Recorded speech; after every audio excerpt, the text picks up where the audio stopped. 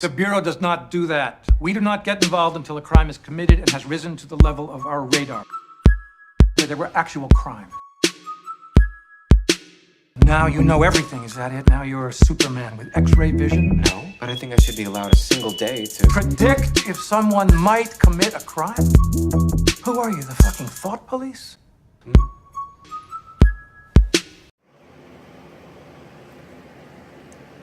Hello, so I want to talk about this new New York Times article that's come out that everybody wants to talk about, and I want to talk about what it's actually saying and what's actually admitted in this New York Times article, and how they admit something that proves that Trump is right and the Russia investigation is a witch hunt. So, the author of this article writes, "No evidence has emerged publicly that Mr. Trump was secretly in contact with or took direction from the Russian government officials. An FBI spokeswoman and a spokesman for the special counsel's office both declined to comment." So clearly, the New York Times has admitted that there is no evidence that has emerged publicly that proves that anything at all ever happened with Trump and with Russia. What the Intelligence Committee claims is that all of the information is classified and they can't release it. But you start to wonder, do they just think that we won't ask questions? Like, we just have to believe it and take them at their word and just assume that they're not lying? But they haven't actually given any evidence, and they haven't actually tried to convince people that Trump is guilty. They just say that he's guilty. There's no evidence. The second quote from the New York Times: "The decision to investigate Mr. Trump himself was an aggressive move by FBI officials who were confronting the chaotic aftermath of the firing of Mr. Comey and enduring the president's verbal assaults on the Russian investigation as a witch hunt." So, even though it just admitted that it sort of is a witch hunt because there's no evidence, and it admitted that the FBI's move was aggressive, that implies that Trump's move is defensive, but they don't say that. They still say, blame the aftermath of firing of James Comey, which I'll get to in a second. Okay, and then the third quote from the New York Times that will shock you after what they've been trying to tell you for months and months and months: "The FBI conducts two types of inquiries: criminal and counterintelligence investigations.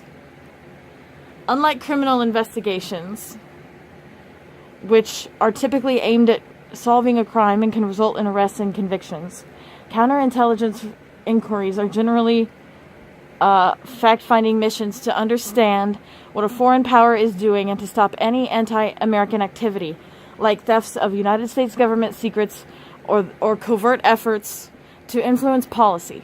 In most cases, the investigations are carried out quietly, sometimes for years. Often they result in no arrests." What's important about this quote is that here they make the distinction between criminal and counterintelligence investigations, and they point out the fact that the investigation into President Trump has been a counterintelligence investigation. So why does that matter? Well, it matters because counterintelligence inquiries are generally fact-finding missions to understand what a foreign power is doing and to stop anti-American activity. But criminal investigations would be constrained by the Constitution that says that you can't search American citizens unreasonably. So the difference is that you can carry out counterintelligence investigations, and they have more tactics that they're allowed to use, because it's usually against foreign officials and not American citizens. However, President Trump obviously is an American citizen, but they are investigating him with a counterintelligence investigation like they would have done if he was not an American citizen. But he is, so he has constitutional rights which they violated. They also admit in this article the source of the Russian investigation, which I mentioned in my earlier video, and which has been known. So the whole foundation for the warrant, which is a FISA warrant, which is a foreign warrant, which is the same thing as the counterintelligence investigation I was just talking about. So the foundation for their warrant for a foreign investigation is called the Steele Dossier, named after Christopher Steele, the agent who compiled it, who is contracted by Fusion GPS. So I know that's a lot of things to remember. But Christopher Steele is the one who compiled the dossier that has the P stuff on it. So if you've heard of, the Russian hookers peeing on Trump, Christopher Steele is the one who found that rumor. Okay, and he was paid by the Clinton Foundation, that's also known. But the New York Times in this article admits that it's Christopher Steele. Okay, like it's news, though. Like, we've known this for years. I'm not even joking, we've known this for years. Other factors fueled the FBI's concerns, according to the people familiar with the inquiry. Christopher Steele, a former British spy who worked as an FBI informant, had compiled memos in mid-2016 containing unsubstantiated claims that Russian officials tried to obtain influence over Mr. Trump by preparing to blackmail and bribe him with the PT. So all of these things are facts that they've been hiding from the American people deliberately for years. It's on Hannity, it's on conservative media a lot.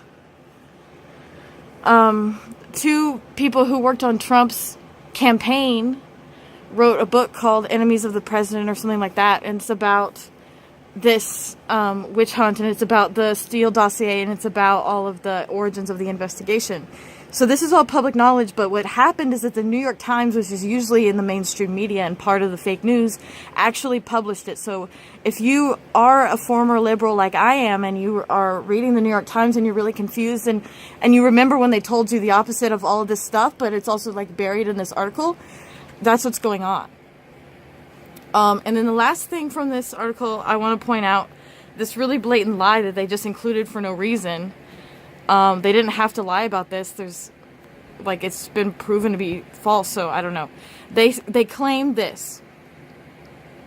Agents and senior FBI officials had grown suspicious of Mr. Trump's ties to Russia during the 2016 campaign, but held off on opening an investigation into him, the people said, in part because they were uncertain how to proceed with an inquiry of such sensitivity and magnitude. But the president's activities before and after Mr. Comey's firing in May 2017, particularly two instances in which Mr. Trump tied the Comey dismissal to the Russia investigation, helped prompt the counterintelligence aspect of the inquiry, the people said. So the New York Times is citing some agents from the FBI who supposedly know about the investigation.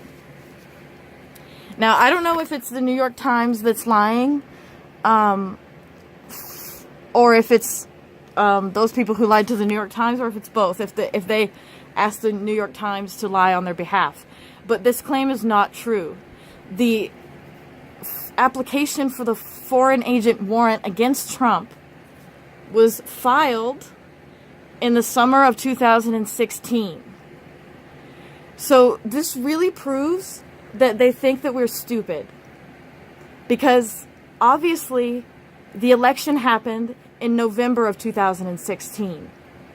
Trump wouldn't have been able to fire James Comey until after he was already inaugurated as president, and actually it was a few months after that, halfway through 2017.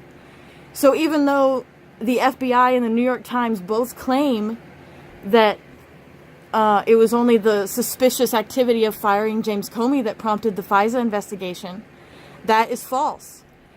And lots of media outlets at the time reported that. Lots of media outlets have timelines, but I'm using NPR as a source, which is usually considered either pretty neutral or slightly left-leaning. So if you want to just go back and, you can Google Russia investigation timeline, and timelines from the conservative and the liberal point of view will start in 2015. It'll either start, if it's a liberal site, it'll start with Carter Page and Carter Page's suspicious activities. If it's a conservative page, it'll start with the Steele dossier and Fusion GPS, which is the company that contracted Christopher Steele to compile the Steele dossier, and the Clinton Foundation, which bought the Steele dossier from Fusion GPS. That all happened before he was even elected. Not just to mention inaugurated, but that all happened before he was even elected. And then they claim in this New York Times article where they're presenting you with all these things that they've been lying about for years and years and years, and they just think you're not going to notice. They also have the audacity to still try to lie to you about something else, about this exact case. So, this is the ultimate proof of fake news. And honestly, fuck them if they think we're that fucking stupid.